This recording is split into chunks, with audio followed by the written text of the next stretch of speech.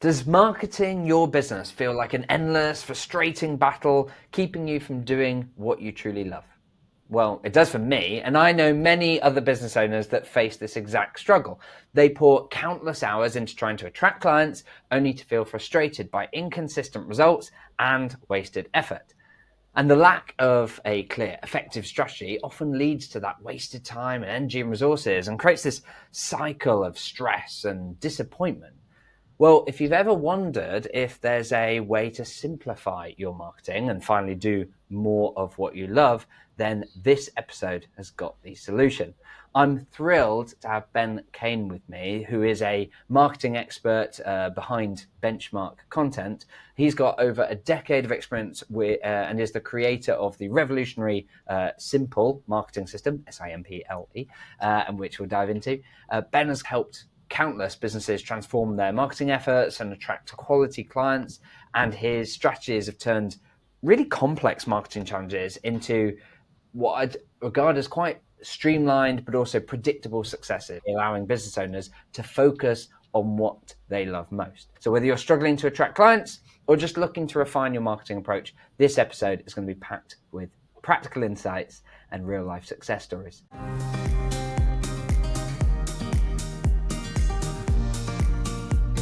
Welcome to De-Stress Your Business, the podcast where we show you how to get incredible results in your business without constant stress. I'm Alexis Kingsbury, a serial entrepreneur and founder at AirManual, and I'm joined by Ben Caine. Welcome, Ben. Thank you, Alexis, for inviting me. Oh, it's great to have you. Well, let's start off with a bit about your journey, because I know that you started off as a journalist originally and then kind of found your way to founding Benchmark Content and helping other businesses with their marketing. What sparked that transition? So I've been in political campaigning as well for a long time, so since I was 14. So a lot of that is about helping people, that's the main aspect. And then basically you're looking for a gig to get into freelance writing, and found a mentor, just happened to be at the pub I used to work at. So she got me into, I interned with her for a while and learnt that my skill with copywriting and writing for journalist articles would help clients like her for hers. So that got me into it. Then I trained with her a little bit, and that was back in 2015-16, and then I've been doing it ever since. But prior to that was doing it sort of freelance as well, a little bit on my own. Nice. And I know that a big thing for you is that sort of having a passion, having a purpose behind what you're doing, and something that as a result, that's something you encourage your clients to do. And I know that comes from a very personal experience for you. You feel, is that something you could share with us? Yeah, definitely. And thank you for asking, because I think it's really important. It's part of my biggest why now in life. My brother passed away last year, so April 2023. He was 27 years old, and he had so much of his life to lead. He's left a daughter who's just about 4 now almost. And for me, it made me reflect on the business I was running at the time and on his life as well. And I was like, I wasn't enjoying everything I was doing in the business at the time. It was more, when you're in that phase of running a business, but it's almost a job as well. There was a lot of that. And I was going, actually, what do I love doing? And it made me reflect on the service I give to clients as well, because actually what we talk about when we attract quality leads is we want to work with people that we love working with. I hear too often when people say to me, oh, I don't enjoy what I'm doing because the clients, I've been working in corporate for 30, 40 years. I want to now work with clients I want to work with. Actually, if you have the right marketing strategy, you can attract those leads. And I listened to a podcast you've had with Matt Elwell as well in sales process. And one of his points is talking about investments and fees. Actually, if we bring that into the marketing process, which I'm sure we'll go through later on today, that could attract you as part of a strategy, attract you the ones that want to work with you and see you as an investment, not just a cost. And that's my whole game changer. We want to work with clients and attract leads that you love working with, and you'd like to go, let's face it, you want to go for a beer with. That's the kind of process you want to have. But as the business grows, you then want to scale that in even further. So that's kind of the passion I've had, because too many people go through life, whether it's with marketing or anything else, they go through and they make decisions based on comfort, staying in the same way they already are, when actually it's just 1 or 2 questions away from understanding what's really holding you back. So people talk about coaching.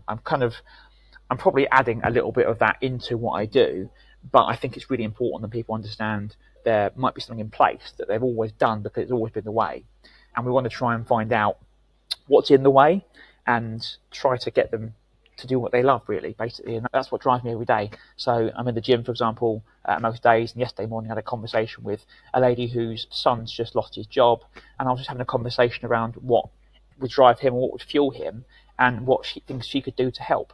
And that's what drives me now, impact, and having that impact. So yeah, that's a bit about background to that. And you can either go one way or another with someone that close to you passes away. You can either go negative or be depressed, or I took it the other way and said, well, how can I use this grief to make sure no one else goes through similar, or at least we limit the impact of that. So that's my why in life, I suppose, now.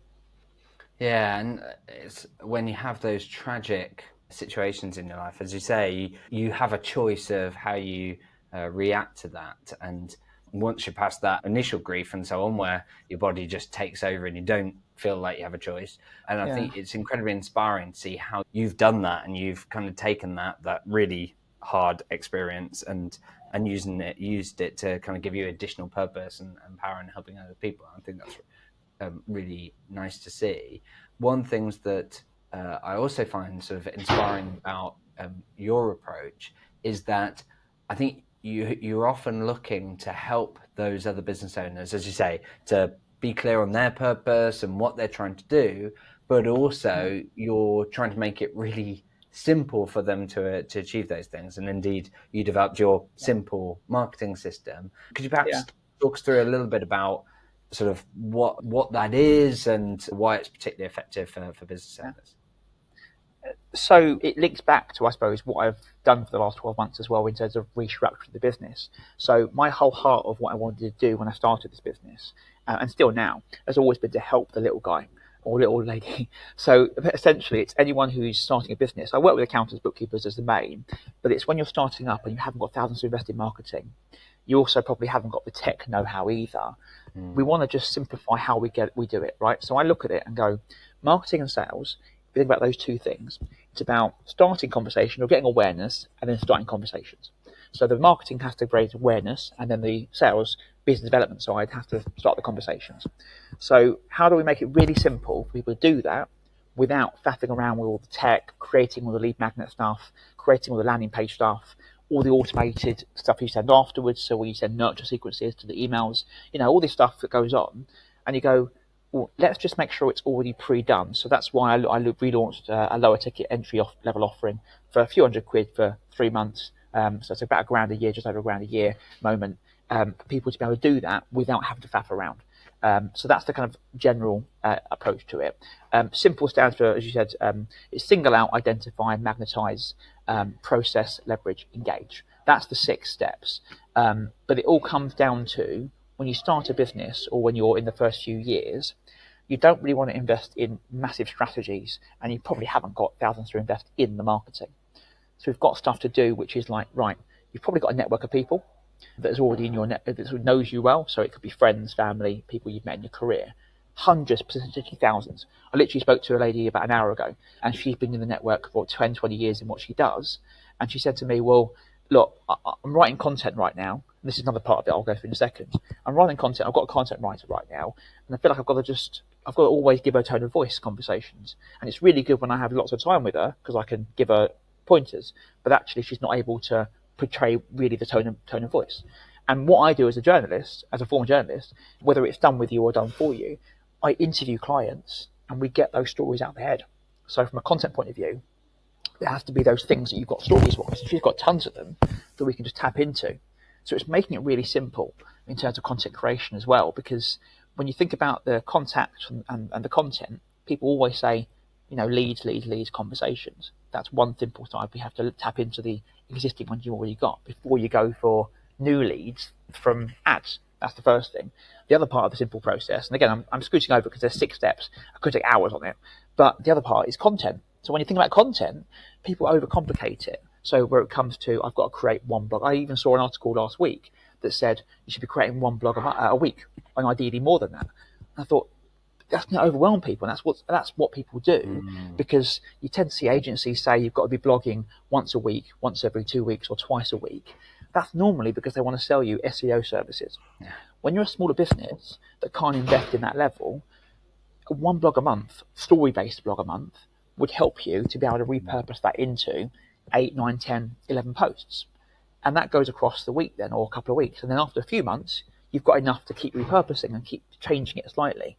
And when you do one of those blog posts a month, on story, you can only use that same post as probably a couple of emails. You can send a couple of emails a month as well.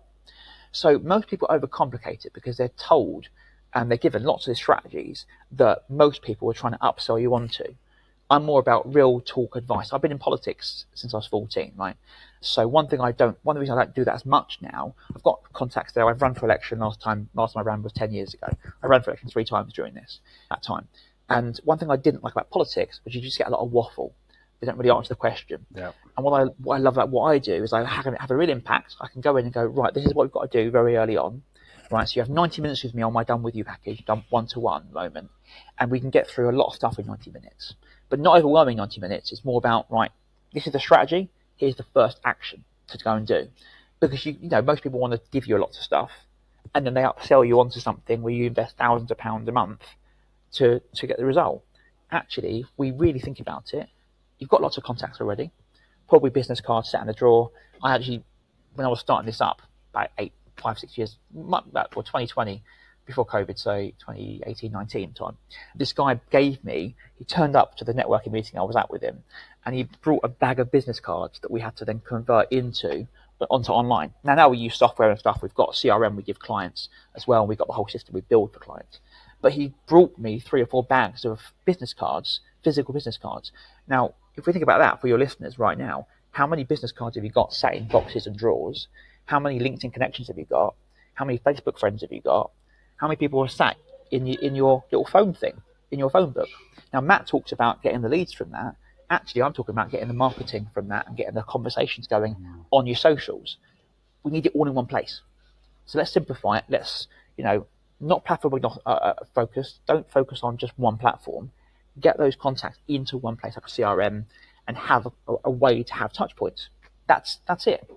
But when you overcomplicate it, you end up doing nothing because people want to sell you the next step. Anyway, but yeah, that's my kind of overarching approach with a simple approach there. Really nice. Cool. I'm just going to pause there, Ben. Careful of hitting your mic when you're doing gestures. I'm getting a bit of... That's all right. Just careful on that one. I'm typical politician, by the way, because I'm animated when I talk. Yeah, which is great. You just have to, the matrix not do it next around your mic. Yeah. I'll do it further away. Sorry. Cool. No worries at all. I was looking for a moment in the interview where I could break character, do that, and then move on. Cool. All good. Excellent. Cool. Fantastic. And one of the things that you mentioned earlier, like one of the industries that you work with, specifically the accounting and bookkeeping sort of industry, is one of the challenges I see with that industry is often that it can be easy for it to be viewed as essentially commoditized. Like it's something that every business owner knows they need to have some kind of accounting and bookkeeping support, the extent to which will vary. But often it would be very easy to just look at it as, look, they've all, they have their training, they do their thing, and I just need my accounts in good shape. I know from having worked very closely with the industry that is not the case, and there's a huge variety of what you can get and the value and the services and all those things. But how can business owners in those sorts of industries where it's easy to be just kind of pigeonholed into this bucket of, oh yeah, you're just that thing, as a result, I'm basically going to judge by price, etc. How can they reframe their services so that they're viewed as valuable investments rather than just costs? Yeah, and that's important. So I heard a podcast you got from it was Reza Huda. Amazing implementation of what he's done in terms of pricing. So I don't portray myself to be that. So I have experts that I introduced to. But in terms of marketing position, we've got to be telling stories. I love storytelling because my saying is basically storytelling makes easier selling, or means easier selling.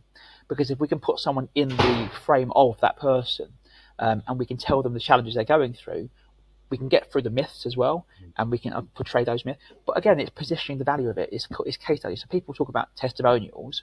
Imagine if we could write an article about a client. So, for example, I'll tell you about a client of mine as an example of that. So they were a consultant in the property sector, and over the course of 18 months, we helped him double his business. Now, we did that by having an approach to his content, by doing X, Y, Z with his marketing, and looking at the examples he's had with his contacts that we could already leverage. That was a few tips there that I've shared, and I've given you a story, just a brief story, and I'd write that as a long form post I might share.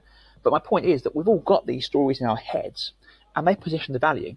So when you think about, I've helped him double his business in 18 months, what would that, for your listeners, what would that mean for their business? So I'm not saying that I can guarantee that, but the story's saying that's how I've helped him achieve that and give us some tips. So I've shared tips, so anyone can share the tips, because that's quite generic. Anyone can go on ChatGPT or anything else to write those tips. But the story is what really brings it to life. And when you think about newspapers or anything else, you're reading the story and the characters in the stories, even in Harry Potter, right? Your listeners have probably, hopefully, listened to those. Watch Harry Potter, watch Rocky, right? I've brought up on Rocky. We all know what's happening in Rocky, in those films. We all know at the end, he's likely to either, in the first one he draws, but in all of them he wins in the end. We're not watching it for the end result. We're watching it for the ups and downs of what's going on and how he's getting to the end result. So the same thing with the marketing. If we can use what is in your head already, we haven't got to sit there and write content and research it that much. Let's just get stuff out of your head. And that's the problem, I think, because most people overcomplicate it. They think about what to write and they might share, for example, for accountants, they might share 10 tips how to use Xero. If I give you an example of how we might frame that differently, let's think about how my client doubled his fees, or how my client 3x'd his profit margins by using Xero. So that story there is much more compelling, because we're selling the result, as Reza said already in his podcast. But again, we're selling the result in the piece. At the end and throughout, we're giving call to action, we're giving tips, so we're giving value, and we're also positioning the value that the client's been given as part of the service.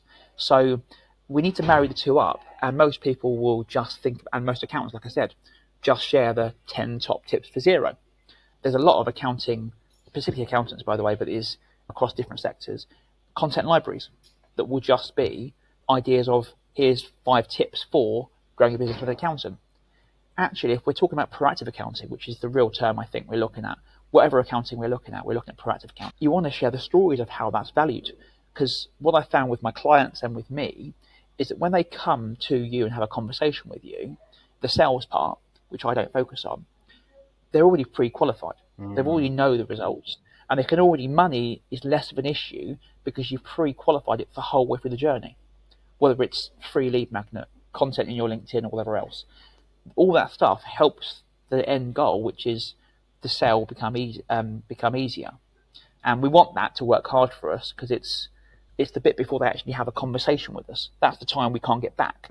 We want to have those half an hour conversations with people that are already pre-qualified, understand value, and that are educated already about what you can do. So yeah, that's kind of how you do it, as obviously a few minutes of it. Yeah, no, I really like that. And I think particularly when you then connect that to something you said earlier on, which is around, essentially tapping into your bigger purpose, the work you enjoy, the people you enjoy working with. I can totally see how, if we were to turn this into a process, we'd essentially say, start off by identifying who are your favorite clients that you've worked with, that you've enjoyed working with, by whatever metric you want to allow that, say whether it's, I could have a beer with them or whatever, or maybe it's because you just love the impact that you've had for them and it's been really meaningful in your life. And then starting with that, and then starting to capture that story. And then, as you say, you don't need to do one big blog every single day or week or whatever. Picking one of those stories per month would be a huge thing, right? Like most businesses I've come across, you're lucky if you can find, frankly, any stories, but if you can, maybe there's 2 or at push 3, and they're all from many years ago and never again. And so I love the idea of essentially having a quarterly or a monthly process that you have where you go, right, well, who's been our favorite customer by whatever metric we've got over the last 3 months? Let's write that story. What was the impact that we had? What was the difference we made? Why were we able to make that difference? What is it that's special about us that made that we're able to do it? And what are the key takeaways for other businesses? If we were to then take that, as you say, You can put that out as a blog for the month. You could take snippets of it and turn that into various social media. Given your experience on the journalism side, how can we amplify that content even more? Because something that I've historically been really weak at is the PR side of marketing and so on, and Yeah. particularly with your background in politics and journalism, that's an area that I Yeah. suspect you find easy. What would you be recommending for? And if we take the example of a small, sort of 5 to 10 person accounting business, therefore they haven't got a lot of budget and resources and dedicated marketing or a PR agency or whatever. Like, what should they be aiming for or looking to do? Yeah, so from a PR perspective, I wouldn't recommend, if you're that small, if you've maybe got a few grand to invest a year or less, which is the clients I typically work with. I know that the clients you work with have around that or a bit more, marketing-wise, budget-wise. PR is a nice to have at that level, because you need to see the results. This is why the clients I talk to a lot of the time, you want to be focusing on what starts the conversations. Like I said, as you get bigger, and even if you do know your local journalists, for example, you could just ping some of these blogs to a local journalist. Now, are they going to get covered? Unlikely, but it starts building a relationship up. PR expert wise, I don't really do too much PR now, but the main thing you want to think about if you're doing a press release to a local journalist anyway, if you're going to ever do this, and time wise, you might be limited. But if you are, you want to think of, why do I care? The journalist is, why do I care of what I'm going to read? So as example, I always love this terminology. I hope I'm not going to butcher it, but it's similar to a journalist will cover or won't cover, for example, dog bites man, but they will cover man bites dog, because man bites dog sticks out to them. So we're always trying to think about the angle. And that's the same thing with content when we write blogs. We want to share, like I said, if I share 10 top tips for Xero versus how I help my client 3x his profit margin using Xero's software and my proactive accounting approach, that sticks out. So we're always trying to think. That's why, the journalist point of view, I'm thinking about, why does the reader care? Why does the journalist care? Why does the prospect care? So we're trying to think about those in hooks for social media posts, in email subject lines. So what I'm doing there is trying to get that across to the business owner. So wherever we're thinking, why do I care? I think is the best question to ask yourself, whether it's PR or marketing. I think it's important to ask that. Yeah.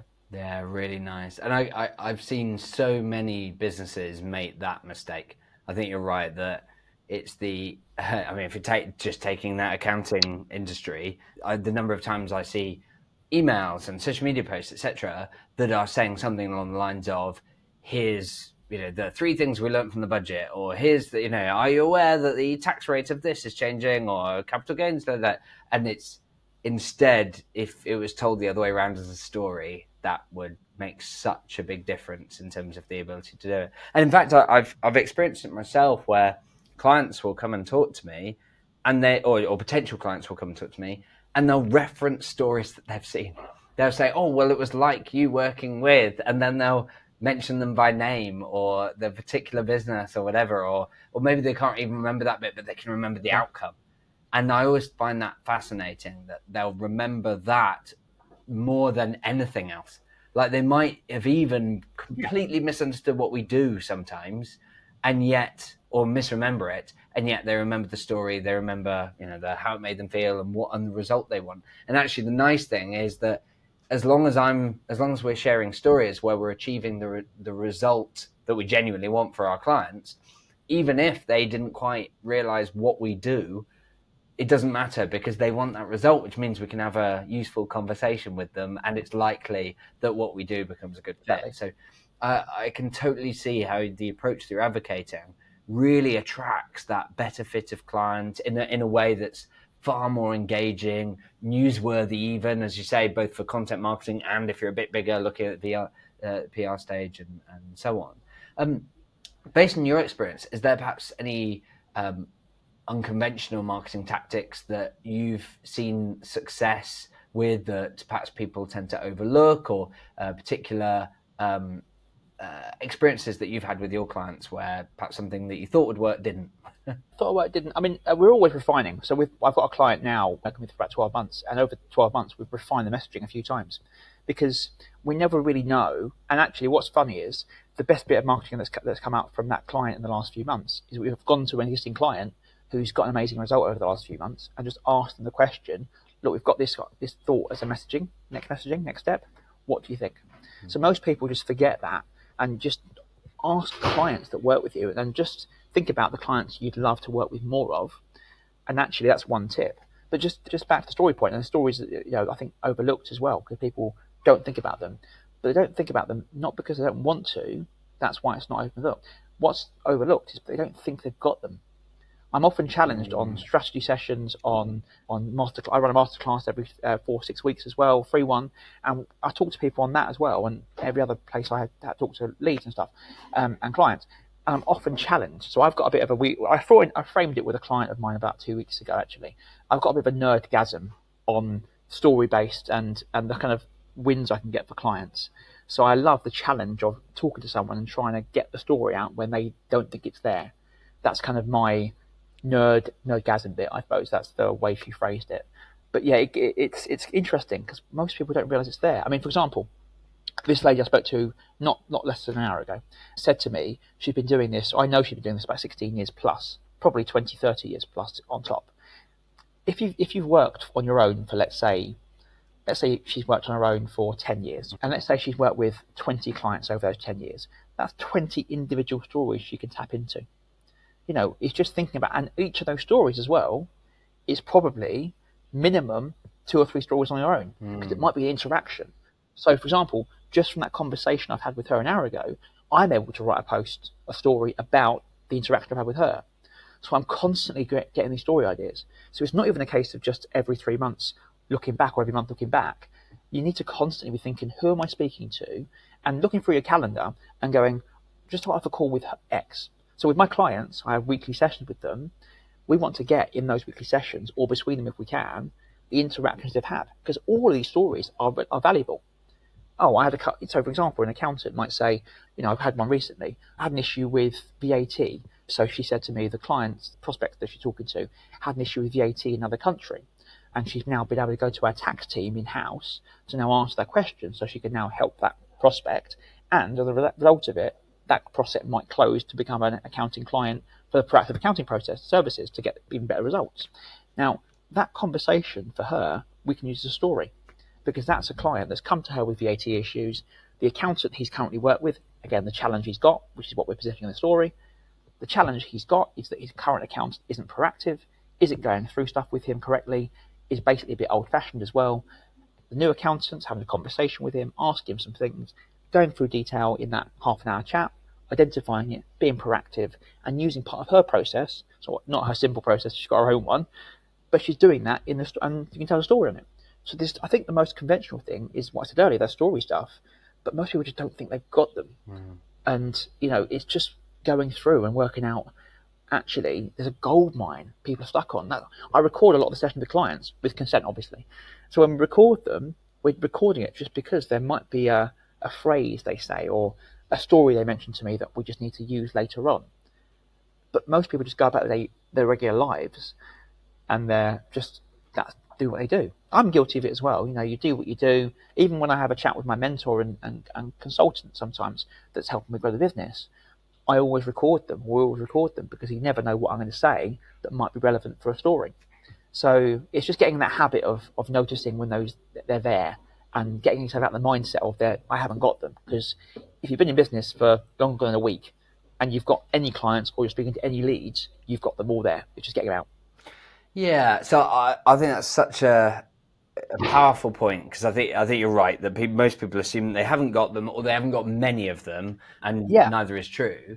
Are there particular questions that you would ask or that you'd recommend that leaders either ask of their teams or ask of their customers to help elicit those? Because I think sometimes, I think that both clients and also team members can be somewhat sort of not blasé, but like vague or just sort of downplaying like the impact that you can have. And so, if you just ask an average team member or an average client, like, so, how have we worked with you? What's been the impact? They go, yeah, no, it's been good. Yeah, no. But I mean, that's what what I was expecting. Or, you talk to the team and say, so what's the impact that we've had? What's the story? And it's like, yeah, we just, we help them and they're good. They're happy. And we do their accounting or whatever. And you're like, somehow this Yeah. isn't the amazing story that Ben was talking about with Alexis. So there are particular Well, questions that we it's can ask good. our team or customers to kind of get those out.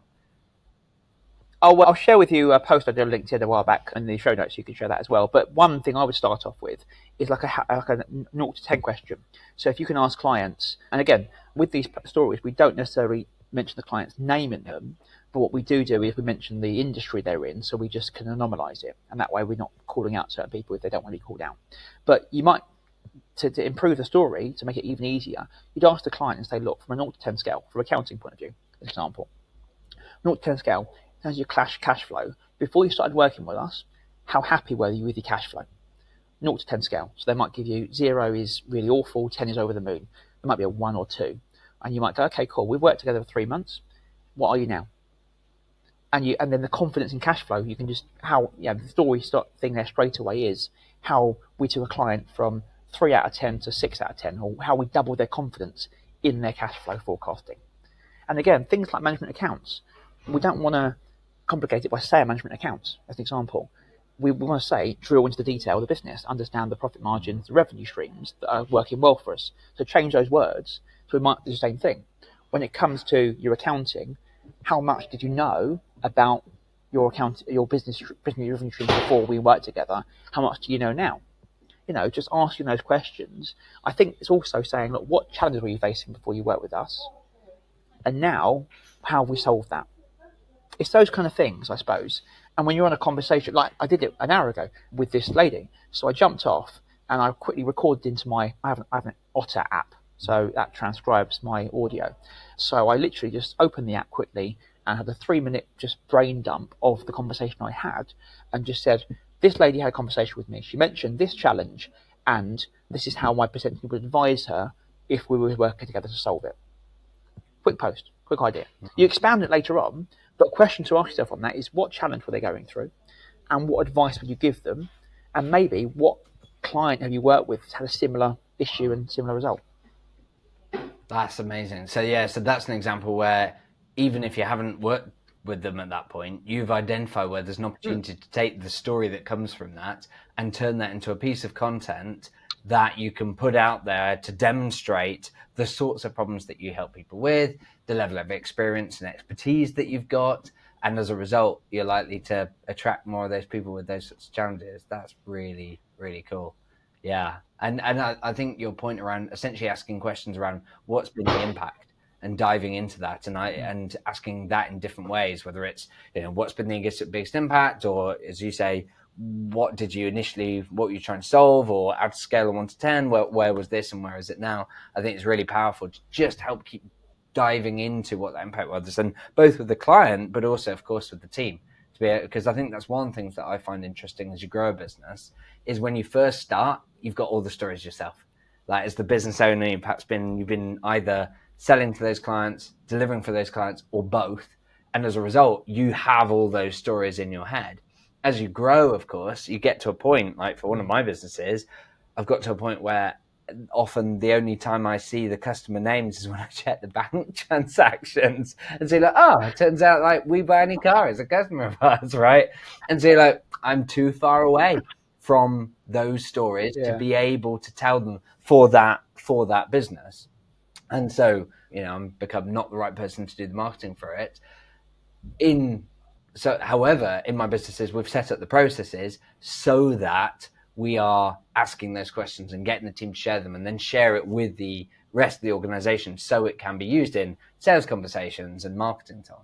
Is that something that you've seen work for other businesses that you've worked with? Because, I know that often marketing can feel very campaign focused or sort of one and done or anything like that. Is there anything that you've seen businesses do a really good job of, or a particular client that's done a good job of making sure that that's an ongoing activity rather than something that's done once and forgotten? Yeah, so this is typically what I do with all clients now, and I'm actually creating a little Google sheet where I can ask the client questions, because I see them every week, some of my done for you clients, and it's good to interview them when I'm getting the stuff in. But actually, between those sessions, so this is one, I think, a tip I'd give away to the bigger teams as well, and our clients I work with who are a bigger level, have like a Google sheet where you can ask those questions and get people to fill it in when they're at the moment. Because when you're in the moment, you have that example of, I can do it right now. Like I told you about the otter example before. If I think about it next week, I'm going to forget it. We need to make sure we get it at the moment it's triggered, because that's when the story's fresh in your mind. But it's a training. So all the clients I work with, they typically are great at the business side of it, the accounting side of it, or the consulting side of it. They're not great at the marketing side of it. So I'm training them slowly. And one, I've taken a few years, and I still have to prod them to get photos when they go out to different things to push through the marketing. But it is training the mindset, because most people are just, I'm delivering this, I'm at a conference, I'm just doing this. And I have to say constantly, I actually get in for done for you clients as well. I have to message them and go, just FYI, you're at this conference. I'm waiting for a photo between now and when you're in it end, and just send me a selfie. Even if it's a selfie, just send me a selfie. Nice. Because it is a mindset shift. So if you don't know it, it's very difficult. But yeah, I mean, it's about those moments where you have to go, I want a process to say. I know what you guys do at AirManual is amazing with a process. You've got to have a process for the stories. Yeah. So with my done for you clients, we have an initial session where we identify all the stories we can, but then you have to have an ongoing thing where we're going to catch them all. So, I used to do this just done for you. I'm literally in the process of launching a package, just one-off live thing with me, and I'm going to record it, 90-minute session with me, where we can get 3 months of content planned, already done in that 90 minutes. And it can be done.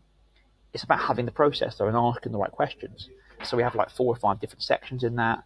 So it's having like AirManual, it's having that process, I think, where clients have the best results. I hear too often, I've got a friend of mine who works in PR as well, and he said to me that one of his clients is very reactive and not proactive with the marketing side or anything else. So head of marketing at the business he works for will just go, we've thought of this, what do you think to this? Give an idea, and then go silent for 6 months. And then by the time he comes back, there's the niche, the angle is already gone, because it might have been Christmas and we're in June. So we've got to have a proactive approach to it. With accounting, we have a proactive approach. Let's be proactive with marketing, because actually it really helps in the long run, and it helps you make it simple. Like I said, the whole approach should be simple. But if you're doing it last minute and you need to go, oh, well, I had a conversation 6 months ago with a guy. I can't remember anything about the conversation though. Any good writer can't even write that piece. But if we've got a process which is, you can do every week, or you can go, I've got a Google sheet where I can just fill in, or I've got like my Otter app where I can just record myself. Get out of the head, because that's when it's fresh. That's when it's amazing. That's when the best wins come. Yeah, I really like that. It reminds me of a client of ours who essentially did a sort of renovation of particular rooms in houses, turning them into gyms and all sorts of things. And I remember the marketing manager being really frustrated that she'd never have these kind of before and after photos of the incredible transformations they're having, which of course, those are perfect for all sorts of things, for your brochure, for your social content, for PR, all these sorts of things. And yet, if you miss either the before photo or the after photo, it's very difficult to recreate those conditions. The before photos you can't recreate because you've already done the work. And the after photos, once the client has had the room for a while, they fill all their stuff in there, and therefore it doesn't have the same impact than when it was left looking perfect and so on. But also, of course, the team were on site at the time. It's the perfect time, whereas sending someone afterwards just to take the photo is a pain, and arranging it and so on. And it was interesting that they went from having basically, maybe one a year they would have a couple of photos and be able to do something with. And it was really simple. They just changed, when we worked with them to kind of document the process for here's how we do a job, we just put one of the early steps was take a photo from the following 3 angles, done, save them into this folder, great, done. Right, now, speak to the client about their goals, blah, blah, blah, blah, blah. And then it was like, as part of getting client sign off and so on, it was, right, now take photos from these 3 angles, save it to this folder, and then notify, as part of it, notified marketing. And so, of course, it was great. So marketing went from having 1 story per year to having multiple per week. And of course, then suddenly their social media was just absolutely filled with these, this is where we went from this to this and this to this. And it's just huge in terms of their marketing. So I love that as an example, particularly if you've got a very visible result. Those before and after photos are powerful, or telling the stories of that journey is powerful. One of the things I see as a challenge. I love what you've described. I love that we've talked about being really focused about who do you actually want to work with and what are the impacts you want to create, what's your purpose, and then identifying the stories that really illustrate that and telling those stories and finding ways of getting those out there in a way in which it's the man bites dog rather than dog bites man. It's the other way around. It's interesting. It grabs people. On the flip side, I know that marketing is an area where, they say 50% of what you do won't work, and it's probably a lot more than that. And also, the stuff that does work can take a long time for you to get some of the benefits. How do you coach your clients to be patient, or what do you suggest that they look at to get some confidence that they're being out there and doing their marketing and so on, doing their blog a month, etc., isn't just shouting into a wind and no one can hear them?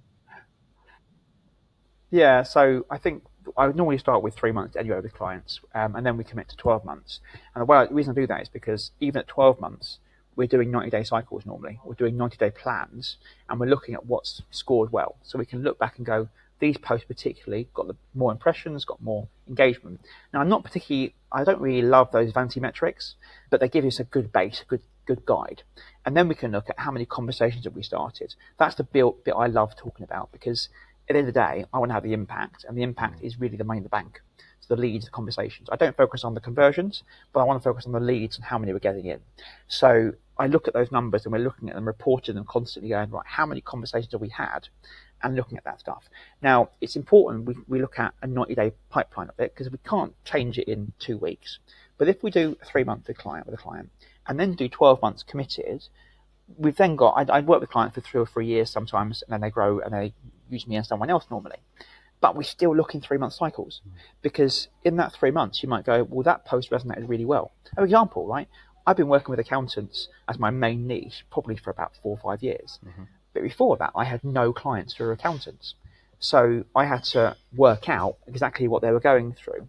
And how to do that? Well, I just asked lots of questions to accountants I either knew, or I just bit a finger in the air as well. And then eventually things come towards that. But again, this is something I think linked to the S.I.M.P.L.E approach. Most people don't realise that, I think it was HubSpot that shared it, but I think it's another company that did the research. 97% or around that number of your market aren't ready to buy yet, and only 3% are. So if that's the case, those 97% won't book a call with you because they're not ready to have a discovery call. They don't want to have the solution. Most marketing I see, which is what I really trying to push people against, they just see, book a call with me, DM me to book a call, find out how we can help you. We need to have a free catch. I do my masterclass every 4 to 6 weeks. I'm launching a free download ebook we need to have that step, because only through that can we see the numbers and track it every 3 months. We can go, okay, in this 3 months, we had 3 people opt into our lead magnet.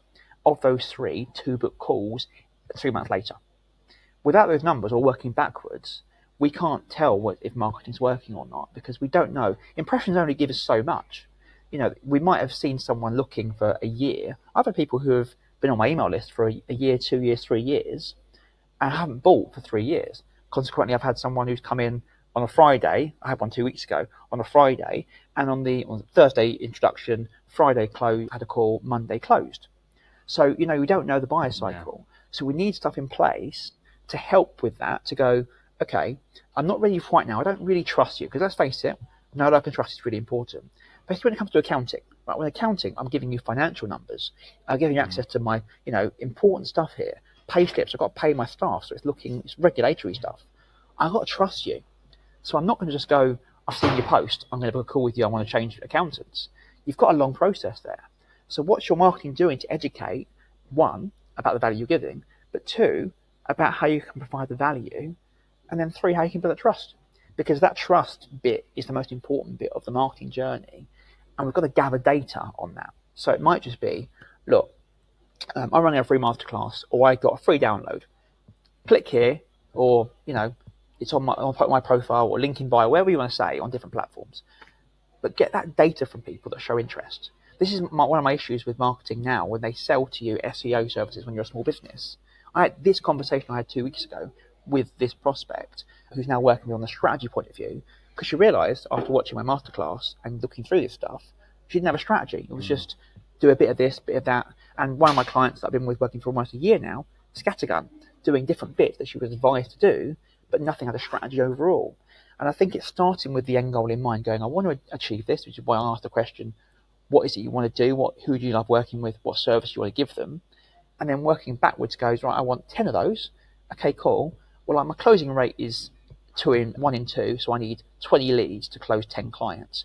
Okay, well, therefore I need to have 30 conversations that might go to a discovery call. So we need to work those numbers backwards. But that all comes from having the targeted approach. And accountants work with numbers, but you're building that trust level and just saying, book a call with me, come onto the website. All websites to look at, right? Even if you're a bigger firm, your website should be working for you to be able to go, right, you've landed the website, put your email address in here, we'll give you free tips. Here's some free tips on this. If you're just pushing people towards, even in ads, in SEO or anything else, if you're just pushing people toward a website, unless you're tracking that and retargeting it, how do you know who you can help? Because that person, let's say it's Mrs. Jones, in 6 months' time, they might be in the ready to buy, but because you haven't gathered their data 6 months earlier, they've gone somewhere else. And they've forgotten about you because they've looked at your website once. Whereas if you can give them, right, download our free tips to achieving X result, or whatever it is, you've got that buyer's process, you've got that journey. So I think that's the key facet. Yeah. Nice. Yeah, I really like that, and I think it's one of those challenges that I think a lot of people have around that. How do you measure your marketing? It's often really frustrating. Firstly, what you ideally want to be able to do is look at your return on investment. So you want to be able to say, how much revenue am I getting for the money I spend, and even better, how much profit I am. But of course, that's really, really tricky because you have to wait a long time, and also it's not like everyone takes 3 months to go through your process. It varies, as you say. And then, of course, you've got attribution. It's really difficult to know if someone came to you because they arranged to call via your website. Is that because of your website, or is it because they've been following your social media posts for the last 12 weeks, or is it that they did that but finally heard you speaking on a podcast and that was the thing that pushed them over the line? And often that's really hard to do. So I think, as you say, keeping it simple, committing to working out your strategy and committing to sharing those stories about your ideal clients so that resonates, and then tracking, even as you say, the vanity metrics, just to have an eye on what seems to be getting some level of interest, engagement, leading to conversations, I think is really powerful. So thank you for sharing that. Ben, I'll make sure in our show notes that we link to things like your LinkedIn profile and your website and so on. But if people would like to learn more from you, where can they do that? Yeah, I'll send you the link to my masterclass I run every 4 to 6 weeks. The link actually, though, if you want it just while I'm talking, is morequalityleads.com/free masterclass. So that'll always be the same, it's just the dates change. So all there's that link to go to. And I do that every 4 to 6 weeks, about an hour or so on Zoom.